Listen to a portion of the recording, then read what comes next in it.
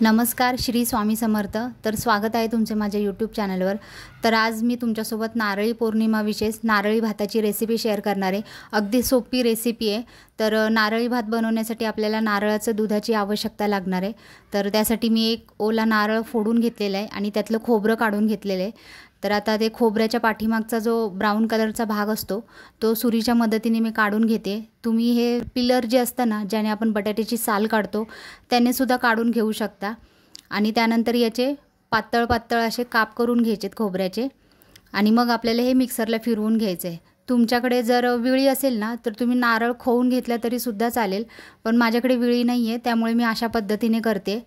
खोबऱ्याचे जे पातळ काप करून घेतलेले आहेत ते एका मिक्सरच्या भांड्यामध्ये घालायचं आहे सगळं, आणि पाणी न घालताच आपल्याला कोरडंच हे मिक्सरला बारीक करून घ्यायचं आहे। तर आता सगळं बारीक करून घेतलेलं आहे खोबरं मी। यामध्ये 1 ग्लास पाणी घालायचं आहे आणि पुन्हा 2 ते 3 वेळा आपल्याला हे मिक्सरला फिरवून घ्यायचं आहे, म्हणजे आपल्या नारळाचं दूध तयार होईल। तर आता मी पुन्हा फिरवून घेतले मिक्सरला। तर आता यातलं नारळाचं दूध काढायचं आहे। तर त्यासाठी एका पातेल्याला मी सुती कॉटनचा कपडा जो असतो तो गुंडाळून घेतलेला आहे। स्वच्छ कापडाचाच उपयोग करा आणि तो बांधून घेतलेला आहे पातेल्याला। आता यामध्ये जे आपण मिक्सरला खोबरं वाटून घेतलेलं आहे ना ते घालायचं आहे, म्हणजे आपलं ताजं ताजं नारळाचं दूध तयार होईल।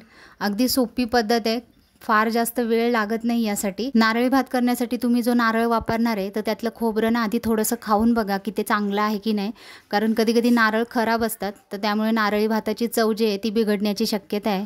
घट्ट असं पिळून सगळं दूध नारळाचं यातलं काढून घ्यायचं आहे आणि हा नारळाचा चव जो उरलेला असतो तो टाकून द्यायचा नाही, याचा तुम्ही भाजीमध्ये वापर करू शकता। तर नारळाचं दूध तयार आहे। तर नारळी भातासाठी मी पातेलं गरम करायला ठेवलं आहे। यामध्ये 2 चमचे तूप घालायचे, 4 लवंग घालायचे आहेत आणि 1 दालचिनीचा तुकडा घालायचा आहे। हे आठवणीने घाला, कारण यानेच नारळी भाताला चव खूप छान येते। आता काही ड्रायफ्रूट्स घेतलेत, त्यामध्ये मी काजू, पिस्ता आणि बदामाचे काप करून घेतलेले आहेत। आता ते 2 ते 3 मिनटं आपल्याला बारीक गॅसवर परतून घ्यायचं आहे। त्यानंतर 1 वाटी मी इंद्रायणी तांदूळ स्वच्छ धुवून घेतलेला आहे, तर तो तांदूळ याच्यामध्ये घालायचा आहे आणि आपल्याला चांगलं परतून घ्यायचं आहे तांदूळ आपण चांगला परतून घेतला ना असा तेलावर किंवा तुपावर, तर आपला भात एकदम मोकळा होतो। तर आता यामध्ये 2 वाटी मी नारळाचं दूध घातलेलं आहे। मोजून घालायचं आहे, ज्या वाटीने तुम्ही तांदूळ मोजून घेणार आहे त्याच वाटीने नारळाचं दूध आणि पाणी घालायचं आहे। तर 1 वाटी तांदळासाठी 2 वाटी नारळाचं दूध आणि 1 वाटी पाण्याचा वापर करायचा आहे। नारळी भातासाठी तुम्ही अख्खा बासमती तांदूळ किंवा तुकडा बासमती सुद्धा वापरू शकता, किंवा आंबेमोहर, किंवा मग माझ्याप्रमाणे तुम्ही इंद्रायणी तांदूळ वापरला तरी सुद्धा चालेल।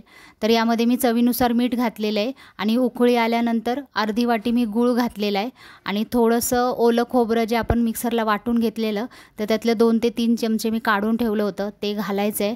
तुम्ही खोबऱ्याचे काप करून घातले ना पातळ एकदम बारीक असे तरी सुद्धा चालेल। तर केसर थोडंसं मी पाण्यामध्ये भिजत घातलेलं, ते केसराचं पाणी घालायचं आहे।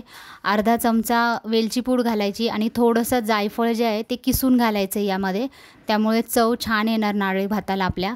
तर केसर घालणं हे एकदम ऑप्शनल आहे, तुमच्याकडे नसेल ना तर नाही घातलं तरी सुद्धा चालेल। उकळी आल्यानंतर वरती झाकण ठेवायचं आहे आणि नारळी भात शिजवून घ्यायचा आहे, पण वरती झाकण ठेवल्यानंतर अधूनमधून झाकण काढून आपल्याला सतत हलवत राहायचं आहे, कारण नारळी भात चिकटण्याची शक्यता आहे।